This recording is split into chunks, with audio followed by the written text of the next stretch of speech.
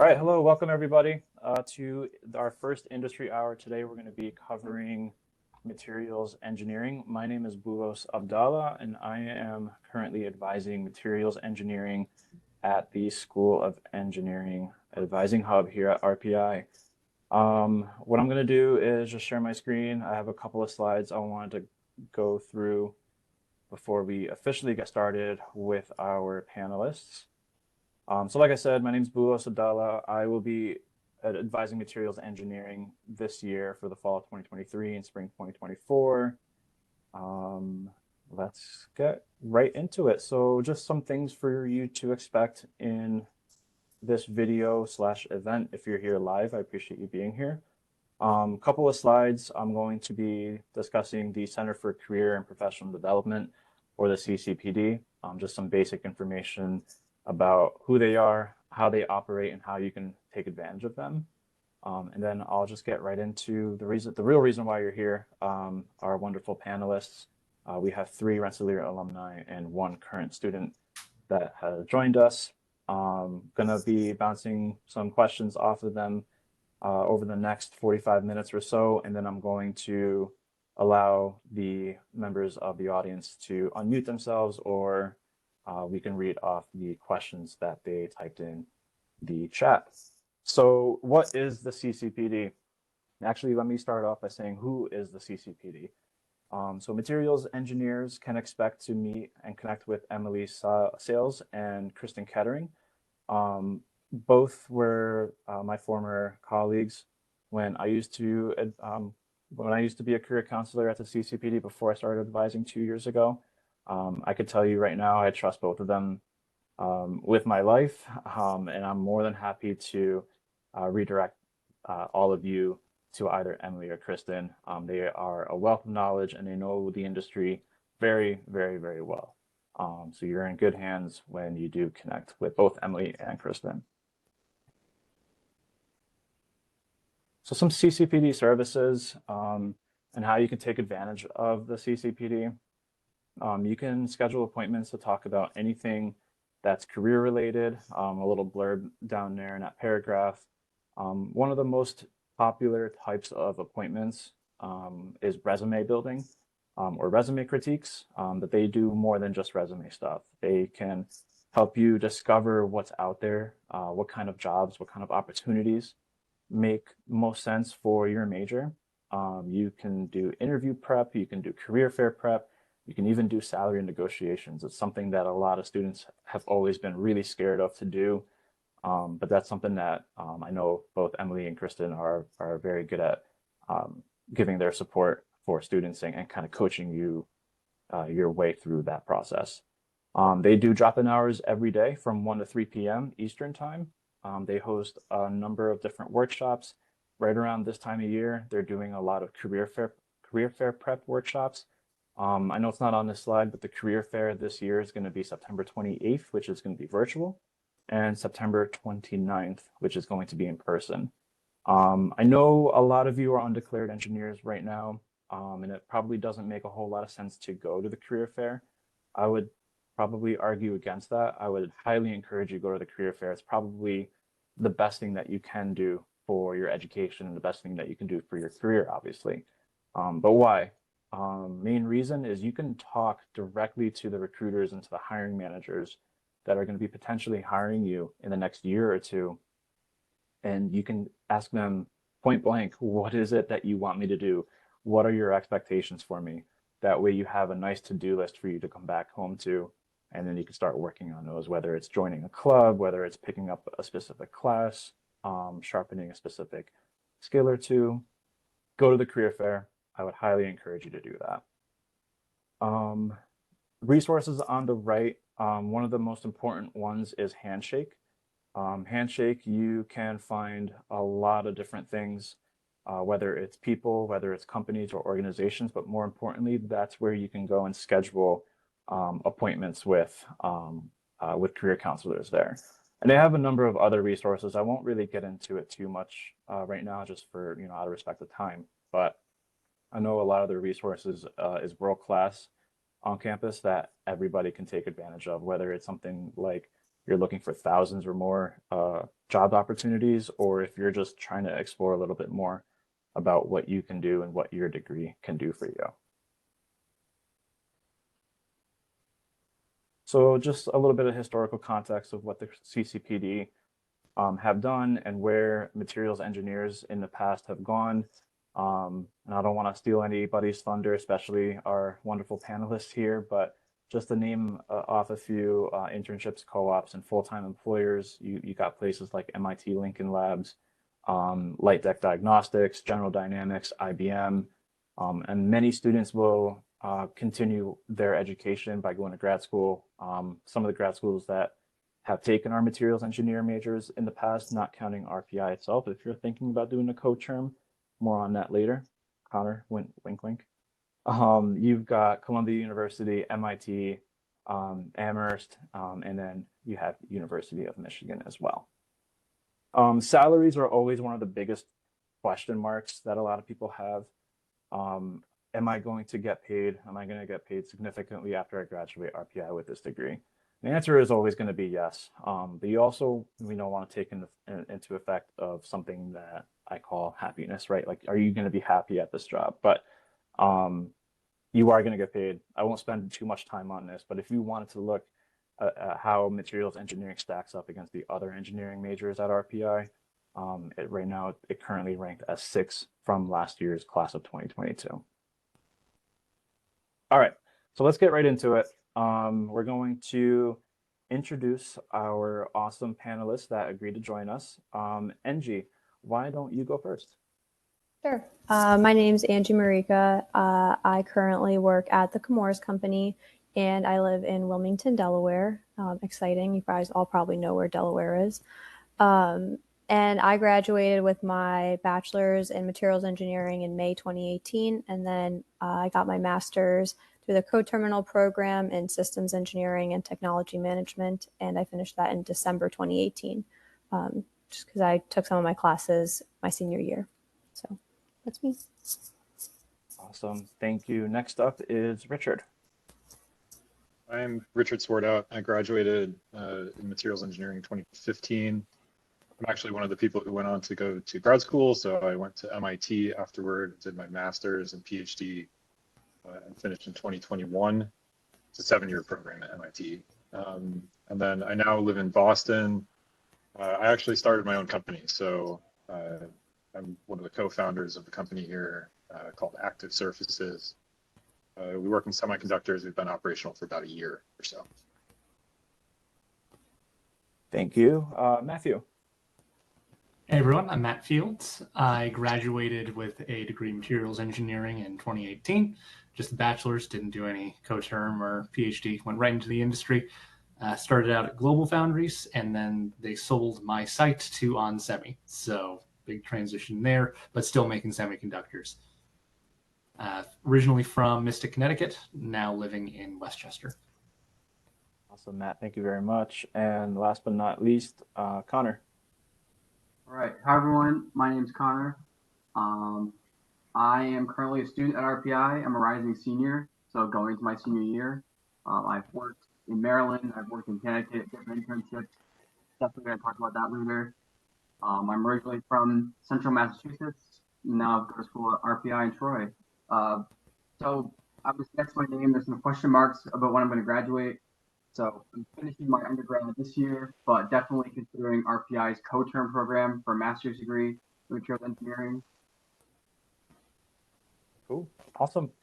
All right. Well, thank you guys very much for introducing yourselves, and let's get right into it. So why don't we kick off with our first question here? So material science, we kind of talked a little bit about it before we started recording, is a small major here at RPI. It's a tight-knit community for sure. So Envy, I'm going to pick on you first here. What made you decide to be a materials engineer, and why did you stick with materials engineering? Sure. So like most 17 and 18-year-olds, I did not know what I wanted to do. I just had a couple of general things that I kind of liked. And one of those things was like clothes and shoes. Thought they were awesome. Loved them. And then in school, I was always pretty good at math and science. So I was kind of looking for something that combined the two of those things. And my mom's coworker told her about her son or her cousin's son or something really far removed, who was a materials engineer at Sperry, the shoe company. And I was like, okay, cool. I'm going to do that. And so that's how I got into materials engineering. And then I came to RPI. I came in undeclared actually because I was like, I know that I like this, but I'm not sure that is exactly what I want to do. After a semester, I decided to commit to it. And now I don't do anything with clothes or shoes, but I still find this area very interesting. I'll talk more about like my experience later, but that's kind of what got me into it. Cool, thank you. Richard, why don't you go? Same question, please. Yeah, so I actually I came in undeclared, and then I remained undeclared probably until second semester sophomore year, like pretty much the last period until I could declare. So I explored a lot, and ultimately the reason why I chose materials engineering was because I thought it was very fun. It was very interesting. Still think it's very interesting as a field, but also I consider it the core of every other field. So every engineering field is limited in some way, shape, or form by materials.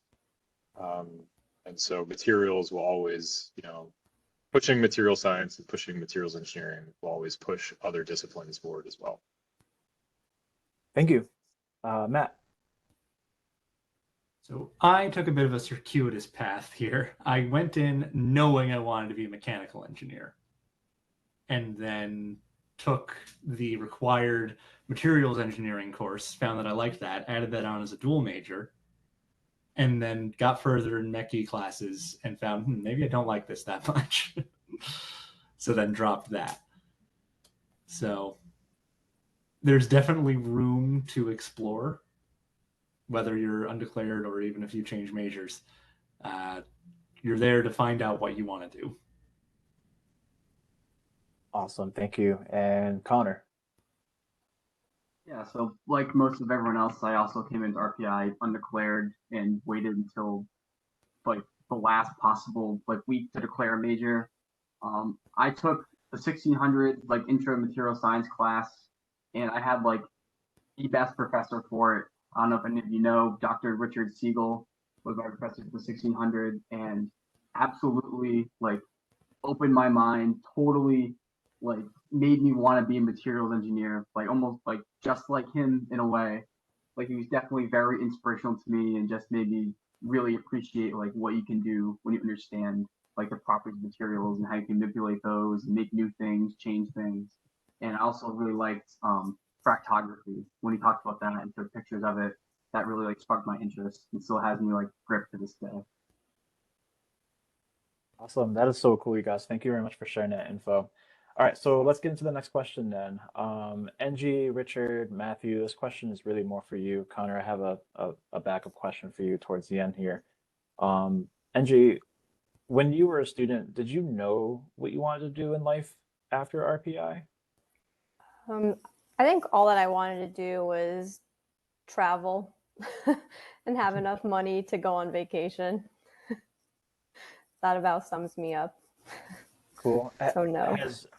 Has your job had given you the opportunity to travel at all or not really? Actually, yes. This past year, I was in Switzerland for work and the Netherlands, so it was pretty awesome that they let me do that. But I also get 4 weeks off every year, so Nice. I don't mind that either. Awesome. Yeah, Richard, life after RPI, did you know what you wanted to do, or were you still kind of, thinking about it towards the end of your time here? When I started, I didn't know what I wanted to do. I got pretty involved early on with undergraduate research, and kind of through that process, the grad student I was working under actually spun out his own company from RPI called Thermo Aura. I just thought that was a really fun process being a part of it, which kind of led me down the path of determining that I needed and wanted to do a graduate degree largely to pursue the same path. So that was something that I kind of found along the way. but not going in at all. I'm kind of living that, dream now, I guess. Like at the end of that, it took me almost 8 years to get to his point back then. Matt, how about yourself? So as I said, I knew what I wanted to do, and then that changed. So it's not something that you need to lock in at any point, really. Like even at my current company, like I like my company, I like my job, but I don't really think at this point I want to stay in the exact role that I'm in forever. So there's always ways to change your direction, always ways to figure out what you want to do in your life that you don't need to decide your freshman year, you don't need to decide your senior year. Yes, you'll have to lock in a major at some point, but there's always going to be a way to kind of course correct and find out what's right for you. Cool. So Connor, so how did you go about, preparing yourself for your internship? And can you tell us a little bit about your internship as well? What was your preparation stage like? Did you know, what you did or what you're currently doing? Did you know that that's what you wanted to do heading into that? Yeah, of course. I just want to touch on something that Matt was saying before. Someone told me a while ago when I started going to RPI, and they said like, don't let your major define like who you are and what you do, that kind of thing. Like you'll always find at some point like I'm a materials major, but yet I'm doing like stress analysis or like some like IEA problem on like something at work. So it's like don't like be like, oh, just because I'm X major, I have to do Y. Like you're gonna be exposed to naturally a lot of different things. To get back to your actual question for me, my first internship was with Volvo Trucks in Hagerstown, Maryland. So I'm sure everyone's seen like Volvo cars on the road. Different company, not exactly who I work for. Volvo Trucks makes semi truck engines. And I worked at their manufacturing facility in Hagerstown, and that was my first internship. So coming out of Arch summer, I got that for that following fall, and to prepare for that, I applied to everything I could, everything online, everything on Indeed, everything on LinkedIn, everything on Handshake, anything that I thought would be like remotely interesting to me, and like what I wanted to kind of just like expose myself to. Because my first internship is just kind of like almost a weed out process, right? Like I just want to find out, okay, do I like actually what I'm doing? Like, can I find a job somewhere with a company that's like pretty decent, easily well known, and like has a good description about like, all right, yeah, I can do this like assisting engineers type of thing. What I did there was a very like assistive role. So there was a bunch of senior engineers in the group I worked for called Design Structure Materials, and the materials engineers there often dealt with like failure analysis. So if like, they'd get broken parts from like test engines and trucks from the field, and they'd send them up our way, and they'd have like a whole materials lab, and we'd like cut the parts up and look at them under the microscope and send them to the FDM to get more high resolution pictures of the fracture surfaces and basically take all the information and write up a report about like what we thought happened to the part. Like, oh, it broke because it got too hot or something. That was a lot of fun because I got to use like all this like $1 million of equipment as like an intern. That was like really cool. The SEM they had was brand new, so it was like totally cutting edge technology. For the end, I got some like individual projects. They're like, here's this like sensor, like figure out like why it fails, and they kind of like cut me loose and let me use all the equipment. And I was just like checking it now and again. Um, and also they exposed me to like the administrative end of like engineering. So like it's not really talked about a lot, but there's a lot of bureaucracy that goes on with like how decisions are made and like what steps are taken to solve problems. Um, my second internship was I was a lot more picky with this one. So this summer I worked at General Dynamics Electric Boat making submarines. So, like pretty cool place to work. I worked for welding engineering, and to get ready for that one, I actually like asked my would-be boss like, hey, on a phone call, like what can I do to get ready? Like what should I read? What can I study? Is there anything I can do beforehand to make me more like useful when I'm there? He's like, oh yeah, like read up on like these types of welding. So like, okay. So I read up on these types of welding and took some notes and went in with a little bit more background. Because in the curriculum here for materials, they don't talk about like welding specifically. That's like a process of joining materials. That was really good to kind of get a leg up on like how to do that. But, to get the internship, it's really just apply to anything and everything you think you might want to expose yourself to. Mhm. While you were at your internship, Connor, were you expected to take any classes while you were at RPI? Like, did you have to continue your education here while you were doing your internship, or is that something that's just totally separate from what you were doing?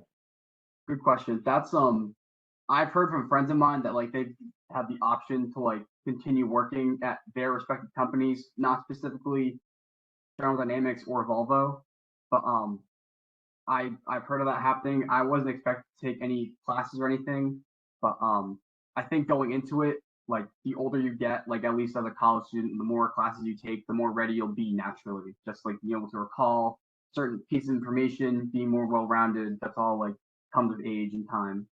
Something you can't really Awesome. rush. Cool. Thank you. Yeah. All right. So when it comes to like your typical day-to-day operations, NG, can you tell us a little bit about what your typical day might look like for you? Sure. Just on the internship front, because I have been doing some interviews for co-op positions. One thing that I will say is that definitely know what's on your resume.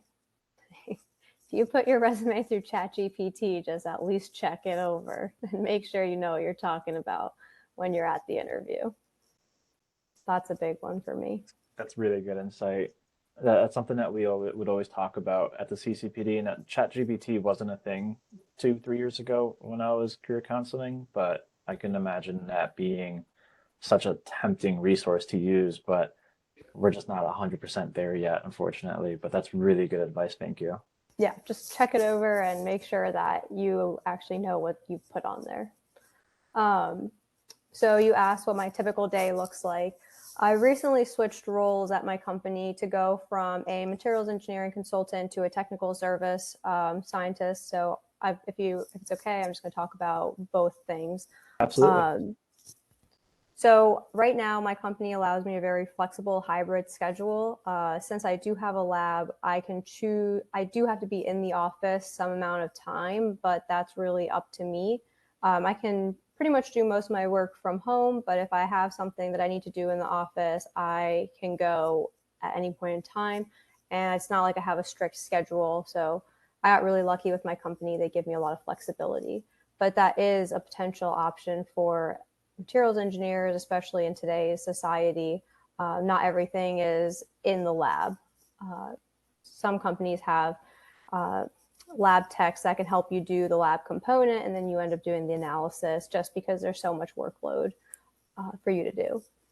So in my first role as a materials engineering consultant, I was working with Chemours again, and that is a chemical company. So my role was to do failure analyses or chemical compatibility testing or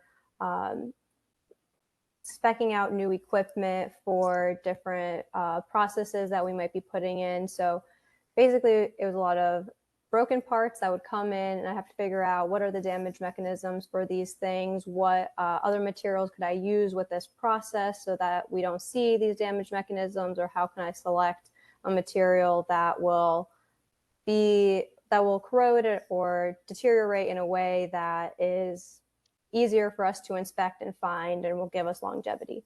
And that ranged a wide variety of materials. So anything from metals to plastics to ceramics to glass. Like I was working with every material out there, and it was really cool because at RPI, we mainly focused on metals, a lot of metallurgy background in your labs. But it was really interesting to see how I could apply what I knew about metals to all these different material subgroups. So that was really interesting. And in that role too, there was a lot of research and writing reports. So that's one thing that we all say as engineers. We all went into this field because none of us like to write. Well, that's the biggest lie that we've ever been told. There is a lot of writing, and you need to write, and you need to be able to communicate your findings to not only other engineers, but people who aren't engineers. And those are probably the most important people that you have to talk to, because those are the people that are going to give you the funding to support the recommendations that you're making. So being able to write and present, those are two huge things that I learned at RPI through my classes, but then also my extracurricular activities. And Since this is freshman undeclared, no matter what engineering you're going into, you're still going to need to know how to write and communicate and express your findings in a way that is understandable to more than just the engineering public, because chances are you're going to have a job where you're going to have interdisciplinary teams, and those teams include business majors or people in administrative positions. So you really need to be able to provide that kind of overview.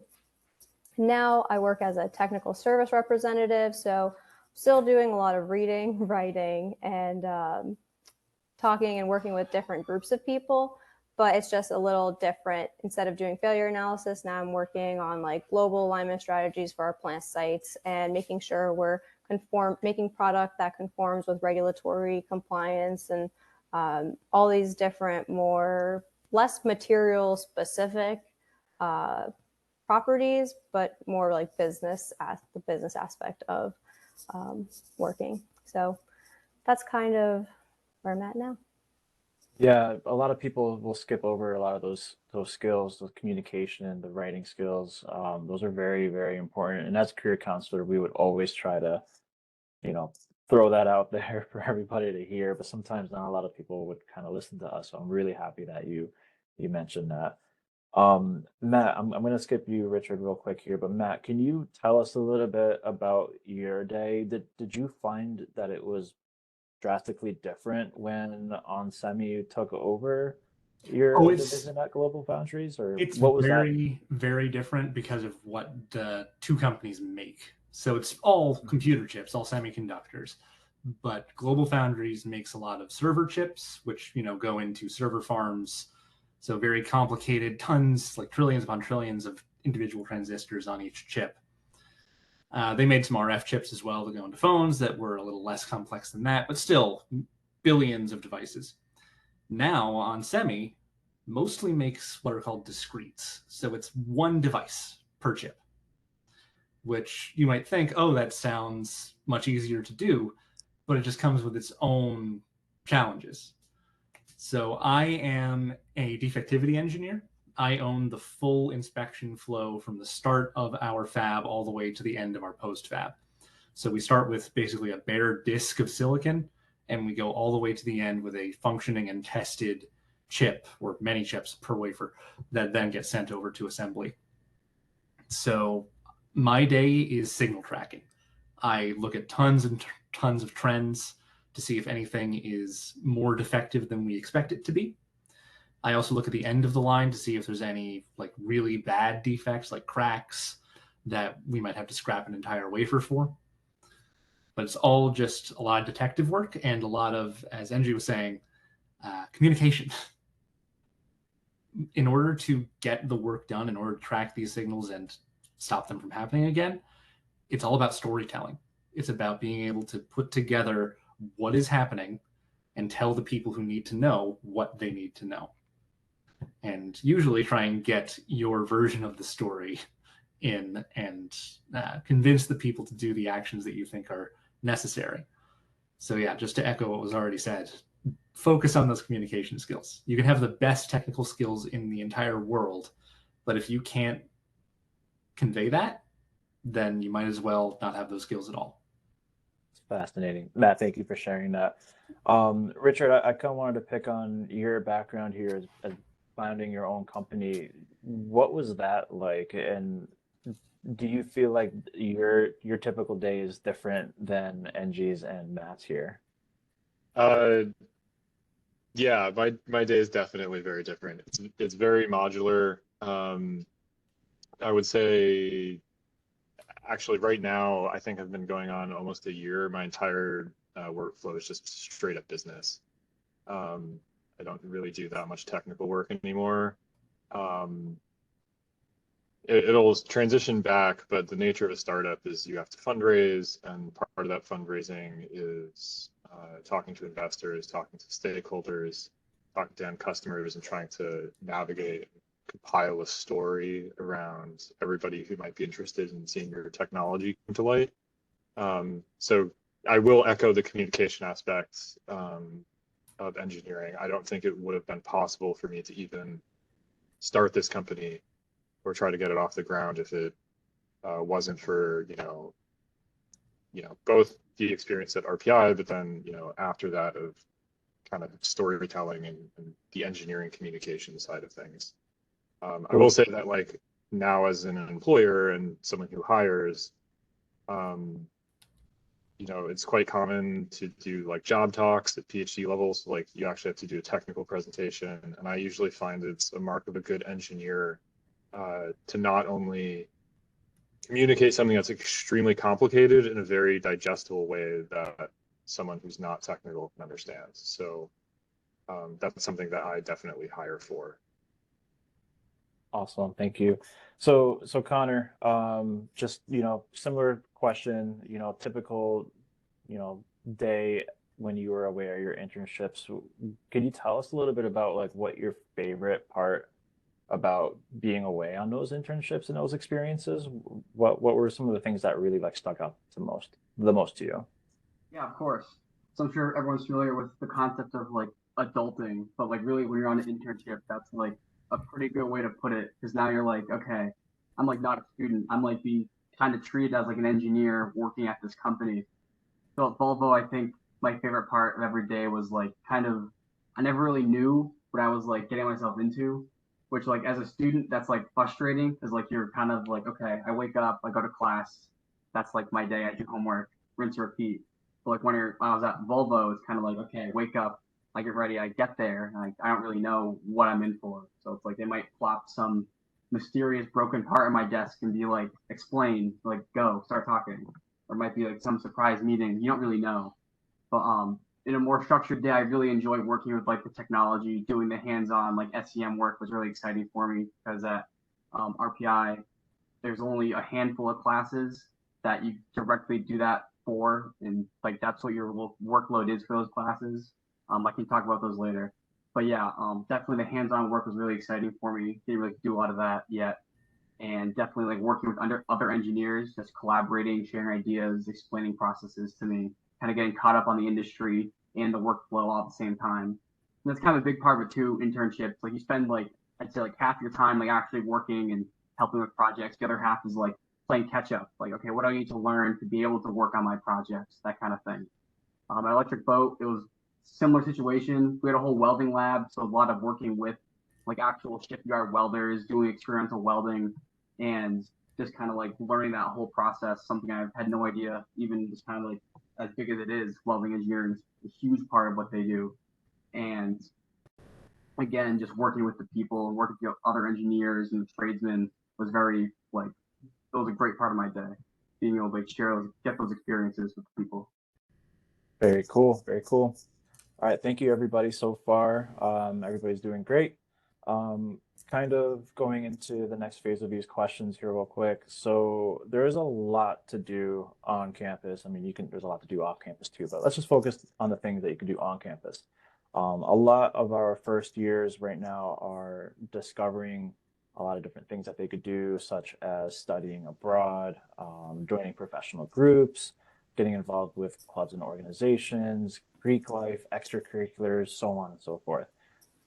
Engie, what was your undergraduate experience like? Did you participate in any of these things that I just mentioned, or were there anything that I didn't include that you might have been a part of? Yeah, so I joined a sorority my sophomore year, Pi Beta Phi. So that was a really fun experience just to be surrounded by women on campus, which, you don't really get to do a lot of as per the audience in this call.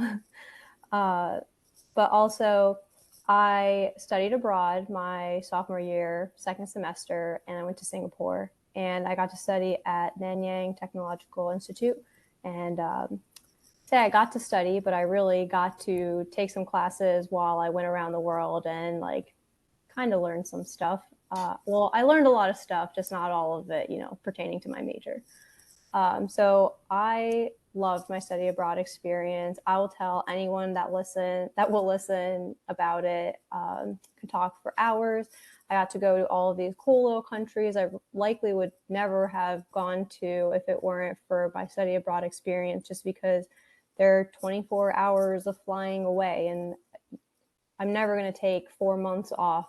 I mean, would be nice to, but I'm likely not going to take 4 months off at a time to go travel and then just have a job waiting for me. And my job was school. So I would highly recommend, if you're even partially considering studying abroad, just going for it and doing it.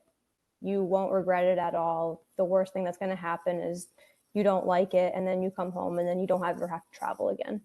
But at least you put yourself out there and you tried it and you got to see something new and do something new, and it will be an unforgettable experience.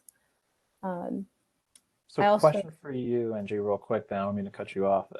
And this is a question that's not on the list of questions that I sent you guys, but I apologize for throwing this at you. But how many countries have you been to? You mentioned that you really like to travel. You've been to Singapore, all the different places in Europe. Is there a number that you know off the top of your head, or just a ballpark number, maybe? Just curious. I don't remember, but there's a lot of them. Cool. So I think Okay. it should be something that I don't remember how many I've been to. No problem. Cool. Oh, thank you for sharing that. Richard, same question for you. What sort of involvements did you take part in while you were here on campus? So probably the two major things I never did a study abroad. I really wish I did. But I was in a fraternity. I was in Alpha Epsilon Pi. I joined freshman fall. I don't even think that's possible anymore. And then I did undergraduate research every semester and actually summers. So although, again, Arch didn't exist when I went through.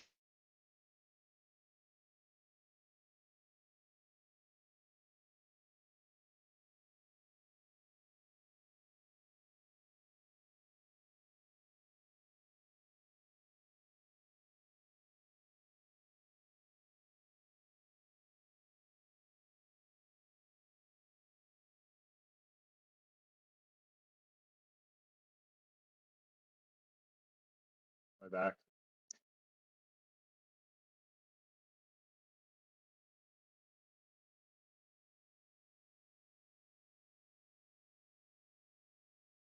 Testing, testing. You can hear me? I can hear you. Okay, cool.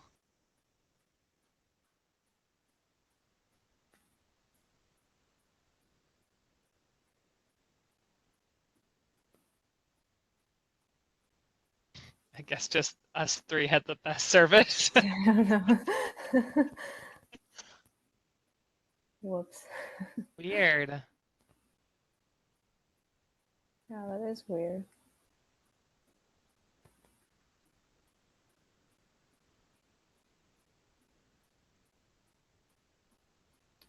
I guess we'll just wait. Yeah. Oh, he's back. I can't hear you, Willis. There we go. I'm so sorry about that. So last thing we left off at was undergraduate experiences. I think we were on Richard. Yes, we Yeah. checked it. Make sure that we're recording now, even though We it went are. out. We Okay, are all right, recording. cool. Yeah, That's we're all I good. have. Tech Thanks. support, we're good. Thanks, Kelly. Richard, I'm sorry about that, man. Yeah, if you want to continue with where you were, or if you want to start that over again, you're more than welcome to. Yeah, I don't know who heard what, so I'll just repeat it. I was in Alpha Epsilon Pi for 4 years, all 4 years.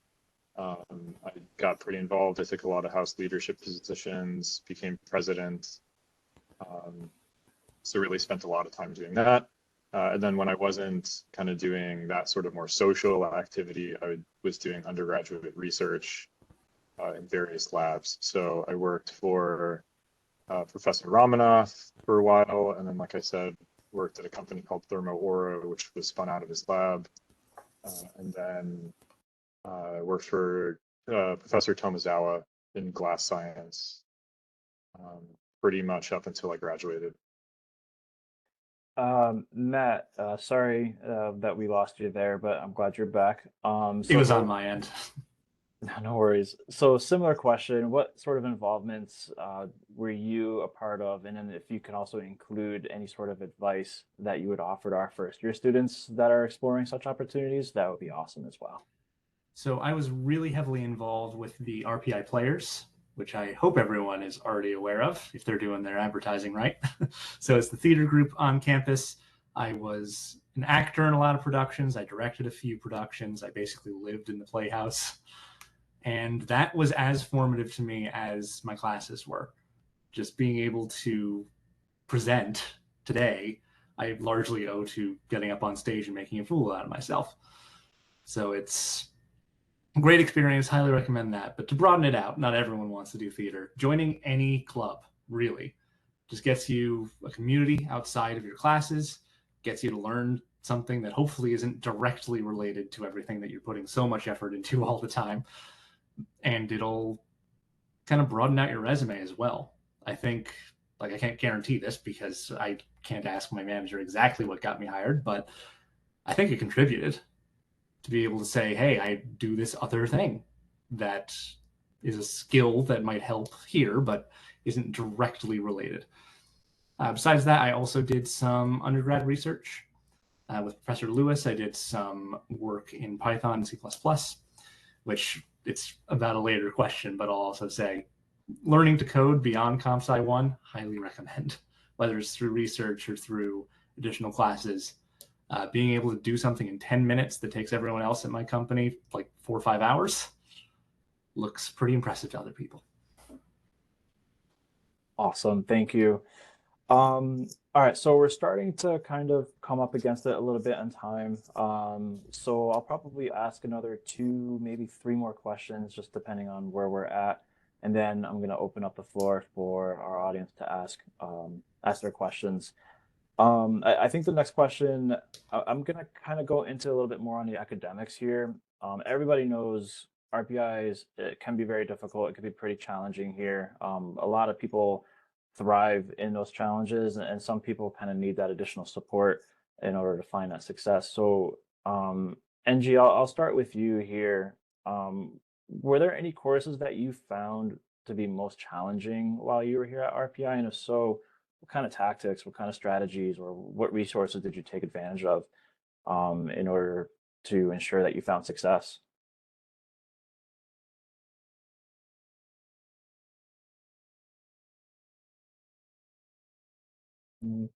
Might be having some technical difficulties again here. Can everybody hear me? Cool. All right, Richard, I saw you throw your thumbs up first, so I'm gonna direct that to you. So same question. What sort of strategies or tactics did you employ here if you found yourself in the middle of a challenging course? Yeah, I was a big fan of office hours. I think actually my most challenging course, and then also the course I did the best in, was thermodynamics of materials.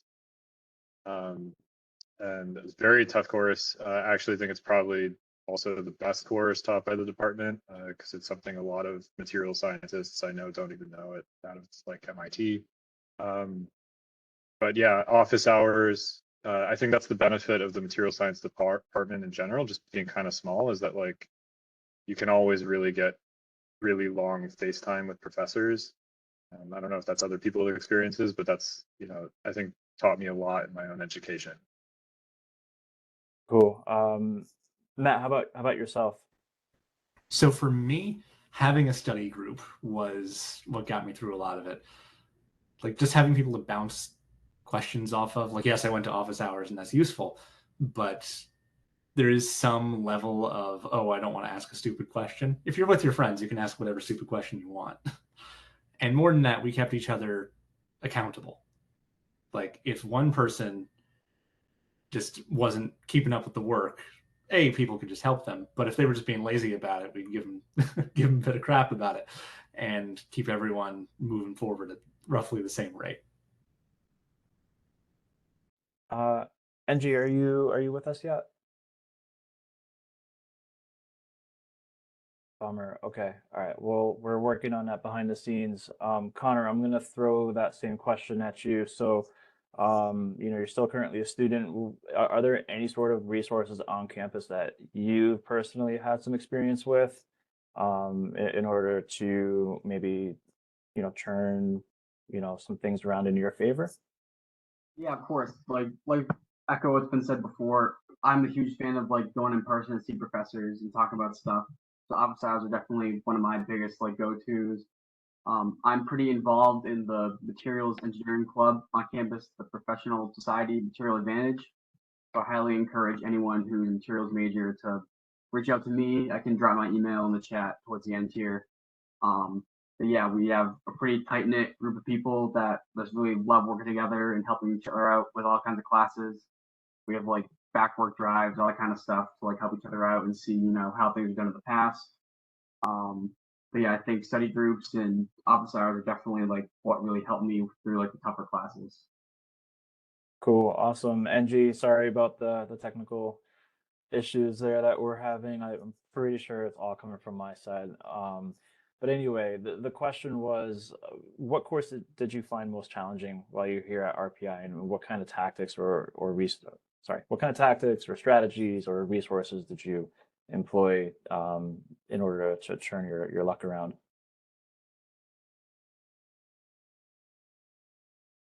Oh, looks like you're on mute. All right, go for it. Can you hear me? Yes, loud and clear. Okay, cool. So I think the most challenging class I had at RPI was Physics 1. So I don't know what that says about me, but what I did to get around that was take Physics 2 at community college.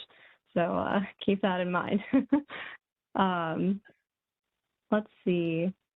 Well, all my other classes, if I was having a hard time, I was a part of like a sorority. I did have technical organizations that I was a part of, like engineering ambassadors, and also just people in my major. That the material science building is so small. If you ever go to like a little study area, there's always somebody there, probably in your class, probably working on the same homework assignment. So it's just super easy to collaborate with everybody within the materials engineering major.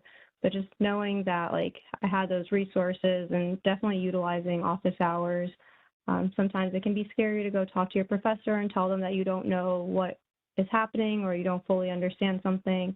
But I think that putting yourself out there shows them that like you're really trying, and that's kind of the main thing that most professors are looking for anyway, is that you're really trying, you're putting yourself out there, and you're like willing to work and put in the effort. So it's kind of what I did, except for physics that I took somewhere else. So, NG, was there one, maybe two classes that you took at RPI that just didn't seem like it made sense for a materials engineer to take, but now that you've got some years under your belt, some experience in the industry, is there anything that you remember taking at RPI that you hated at the time, but you're finding that now today it actually was really worth it? Yeah, I think all of the professional development courses, I was like, this is such a waste of time. What's this dumb half semester class?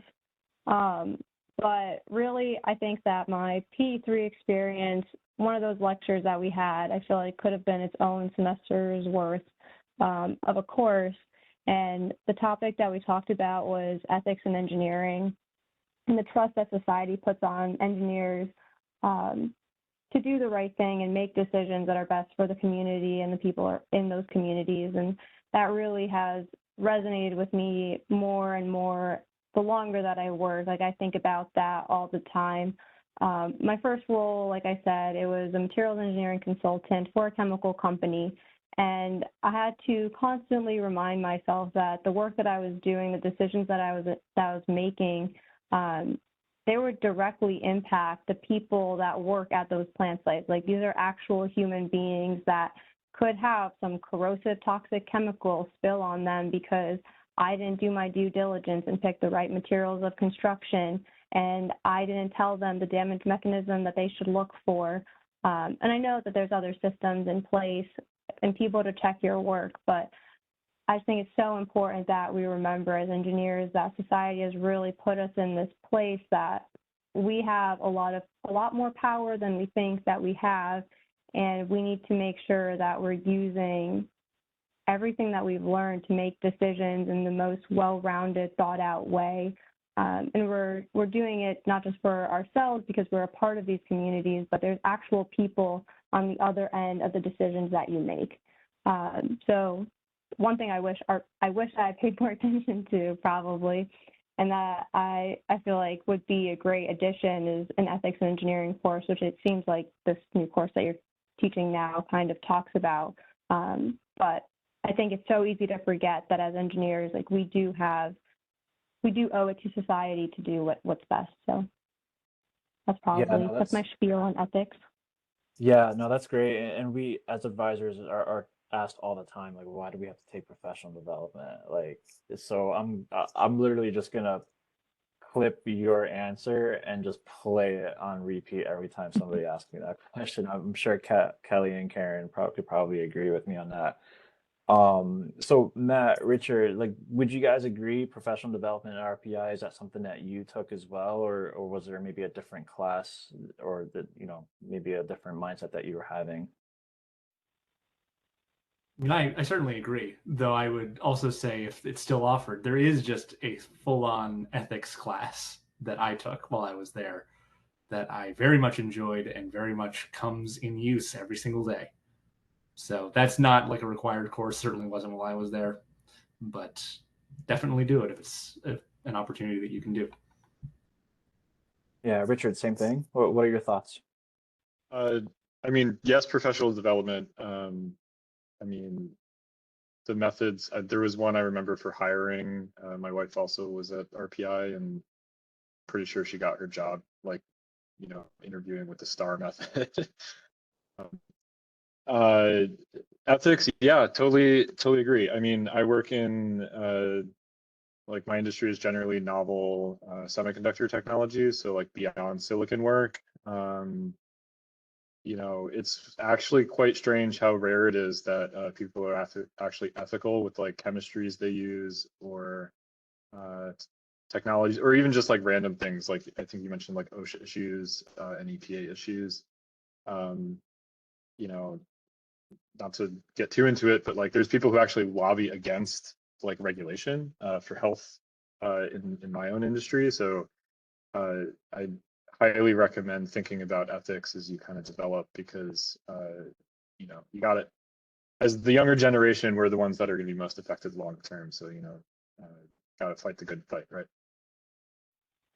Awesome. All right, so I'll ask you guys just one more question, and then we'll open it up for a Q&A session with the audience. So audience, if you're listening in, you can type your questions out in the chat now if you want to, or you can just save it for later and you can unmute yourselves and fire away. But last question. I'll start with I'll start with NG here. So, what are your opinions on earning a graduate level degree to complement your undergrad degree in materials engineering?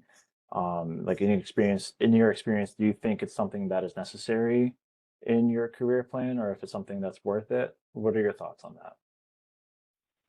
I think it just really depends on what you want to do. Like if you want to be somebody that like synthesizes new materials or starts your own company, or something of that sort, like a secondary or tertiary degree might be useful. If you want an increase in your starting salary, a higher degree would also be useful. But I think that's not really necessary. It's not so much how many degrees you have, but it's how you use the knowledge that you have gained when you got those degrees, that I think is more important. So Matt, I'll ask you here. Do you think it's something that's definitely necessary? I know that you don't have, or you're not currently as a graduate student. Is that right? Correct. Or you I have never a got degree? a graduate degree. For me, it was a matter of opportunity cost, because yes, it does increase your starting salary. However, it's a year more, or two if you don't do co-term, that you're not working and therefore not earning money. And you're, of course, spending money both on living expenses and whatever you have to do while you're still at school, and of course the cost of school itself. So for me, it was, I think, the right choice to just go into the industry. And if the company I work for wants to pay for me to get a graduate degree later, great, I'll take them up on that. But it's really down to what is best for you. And that's something you can talk about with your advisor. I certainly did with mine. talk about with your friends and family. And while that is a choice you need to make at some point, it's just something to keep in the back of your mind for now. If you are in your first year, you don't need to worry about even applying for co-term or a graduate degree until at least your junior year. And then Richard, so I believe you're the only one on the panel with a PhD. Like, what are your thoughts on going for something that advanced? Did you find that sacrificing all those years, all that time, is it worth it, do you think, at this point in life?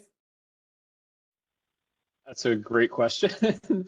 For me, I think it was because I think I really wanted to. I went into the PhD experience wanting to not only further my own education in material science, but also to push forward new types of material science and materials. So like to kind of Angie's point, like my goal was actually to develop new materials and develop new processes and manufacturing and whatnot. And so for me, the PhD was worth it from an educational standpoint. Now, nuances with the opportunity costs. PhDs are usually sponsored, so I had a living stipend the entire time. That being said, PhDs don't usually net you a higher salary. So actually, like those averages that you put in for BS level, I like just broke that like a month ago. So, but that's also, you know, I'm doing opportunity cost starting my own company, you know, so there's higher risk, higher reward for me. But I wouldn't be in this position starting a company without the degree. Gotcha. Thank you guys for answering that question. Now, Connor, I'll move to you here. What are your plans? Is it something that you do intend? I think you mentioned that earlier, something about the co-term. Can you explain to our first years what the co-term is real quick? And then personally, you know, what are your plans? Where are you going after this year? Yeah, sure. So basically, co-term is RPI's way of like allowing you to get a master's degree in really anything. I'm not like a pro in co-term. I'm actually having a meeting with my advisor about tomorrow, but like my basic knowledge of co-term is that it's a 1 year extension onto your college stay, if you will. Instead of coming out of 4 years of a bachelor's degree, you come out 5 years of a master's degree. And from my understanding, you keep whatever, for the most part, whatever financial aid package you have as an undergrad. So that's, if you have a really good package, it's quite appealing because then you can get an advanced degree for arguably less or equal cost that it would be for you to get it on your own after you leave RPI. And also, it's just an opportunity that if you happen to enjoy working with a professor or working with some kind of research, you can keep doing that in a way. And so to be honest, I have like pretty good connections that I made at General Dynamics, so I'm kind of playing with like either doing co-term or going there after my undergrad. So it's really like it's one of these. I really can't make like in a way a bad decision, but it's just like what I think will be better for me in the long run. And on a personal note, it's like I know if I leave school, I leave that mindset too. Like that mindset of being at school stays in a way at RPI. So it's like I was prepared as a lifelong learner, of course, but still like getting up every day, going to class, that whole grind mindset of like school kind of leaves you in a way, I think. I know I definitely felt that when I worked on internship, but that's something too that I'm really considering. Like I know I want a master's degree down the road just to advance like, my knowledge of the field. And I don't think I'm going to want to wait until I'm already working to balance that school, work, everything life all at the same time for more than a year. Also, it'd be a lot of these companies that pay for your degree, it takes more than 1 or 2 years to get the advanced degree, even though they pay for a majority of it, if not all of it. So it's still one of the it's still a scale of like what do you value more in a way. Awesome. This has been, I know it's our first industry hour this semester, but I have a very good feeling that this is probably going to be the best one of all semester, just because we have four very different panelists who all went in different directions. Connor, you're still kind of figuring things out, but I hope this was a learning experience for you so far, especially off that last question. I mean, you have three, alums here that went in three different directions, all have pros, all have cons to the decisions, that were made. And I can see that they're all thriving and they're all benefiting from all the decisions that they made. So I hope you, Connor, and I hope everybody that's watching, everybody that's listening in can take anything that we learned here today and really use it, really, really reflect on that. Awesome. All right. So with that being said, let me turn the tables around here for our audience. I don't see any questions that popped in. And Kylie, I'm not sure if you saw any that popped in. So let's get through the next maybe 30 seconds, 60 seconds of awkward silence, waiting for someone to flip off their mute button and ask that question.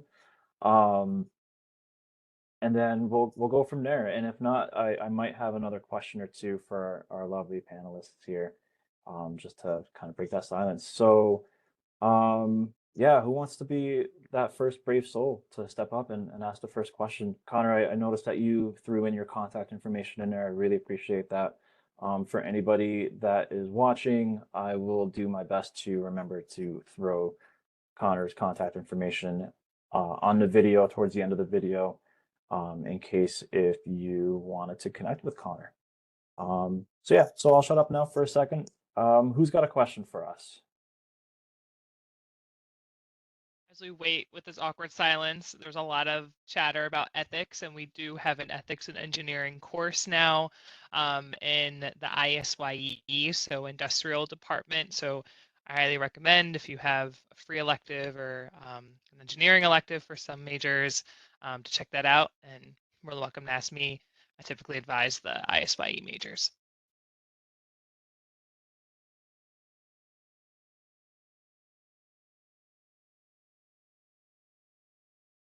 All right, while we wait for any questions that come in, or if there's any questions that pop in, I'll be the first one to ask a question. I know I've been asking questions all day, but whatever. To our alumni, NG, Richard, Matthew, Connor, even yourself, since you've already been on an internship experience, any crazy, weird, good or bad experiences at your internships while you were in your undergrad